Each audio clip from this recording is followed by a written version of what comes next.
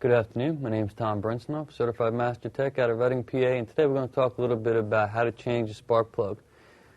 Some of these engines they make today aren't too bad. Some of the complex V8s, sometimes you get a V6, it's a little tighter fit. Those are a little bit of a pain. Sometimes you have to get up underneath from the back side and get them.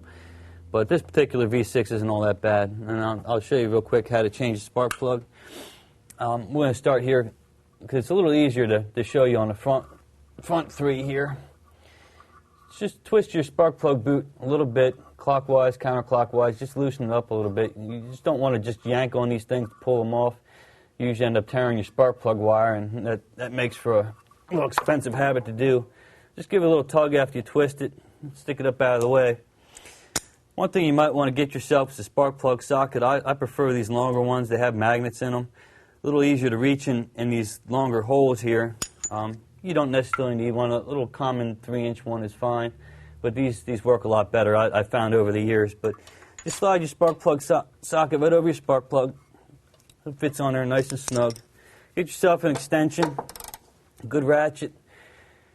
It's easier if you can manage to get your extension and your ratchet up out of the way so you're not smacking yourself, your knuckles and your hands all over this engine. But just turn it counterclockwise. Typically they come out fairly easy. Get it working nice and smooth. Like I said, just turn it counterclockwise, it'll come right out here.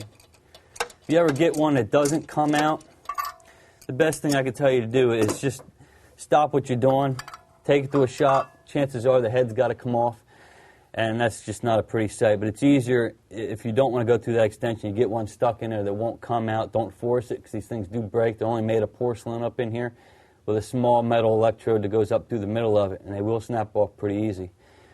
Try to keep your socket on there straight. Don't pry on at an angle because, like I said, you'll break this top end off. And once you do that, the spark plug's useless. But that's about all there is to it in changing a spark plug. Now you just take your new one and same process. Stick it in there, put it in your socket first, like so. Then stick this in here and turn it with your hand and get it nice and started first. Get it as tight as you can get it with your fingers, and then tighten it up with your ratchet. You don't want to go in there with a ratchet first without getting it started and try to tighten this things up. You cross-thread them. That creates a lot of headaches and a lot of excess work, and you really don't want to go down that road. But take your time, and it's a real simple job on how to change your spark plug.